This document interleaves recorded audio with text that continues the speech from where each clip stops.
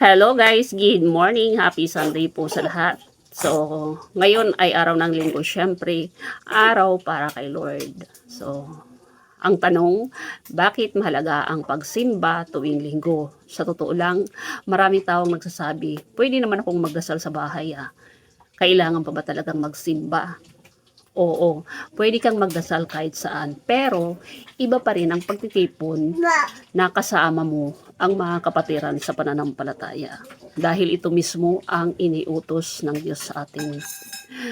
Una, ang pagsisimba ay nagpagbibigay ng oras sa Diyos. Sa loob ng 6 na araw, ibinibigay natin ang oras natin sa mundo, sa pag-aaral, sa trabaho, sa problema at mga bagay na minsan hindi naman eternal.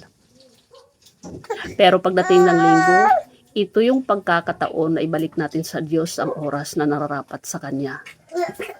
Ang tanong, kung may oras ka sa ibang bagay, sa mga bagay dito sa mundo, sa kaibigan, sa mga gala-gala, dapat may oras ka rin para sa Diyos.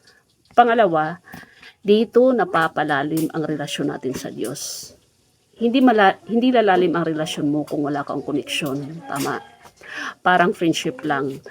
Kung hindi kayo nag-uusap, lalayo kayo sa isa't isa. Diba? Ganun din sa Diyos. Sa pakikinig ng word, hindi lang tayo nakikinig, nakakarinig, nakikilala natin kung sino siya. Naiintindihan natin ang kalooban niya at natututo tayong sumunod. Pangatlo, ang pagsisimba ay nagpapalakas ng ating pananampalataya. Amen. So aminin natin, hindi madali ang buhay. May mga araw na gusto mo nang sumuko. May mga pagkakataon na parang tahimik ang Diyos. Pero pag pumunta ka sa simbahan, may maririnig kang word na parang direktang para sa iyo. Yung worship, pinapaalala sa iyo kung gaano kalaki ang Diyos mo kaysa sa problema mo. At doon, unti-unting bumabalik ang lakas mo. Praise God. Pang-apat, may fellowship. Hindi ka nag-iisa. Minsan, akala natin, tayo lang ang may pinagdadaanan. Pero sa simbahan, makikita mo maraming taong lumalaban din. Pero, patuloy pa rin lumalapit sa Diyos.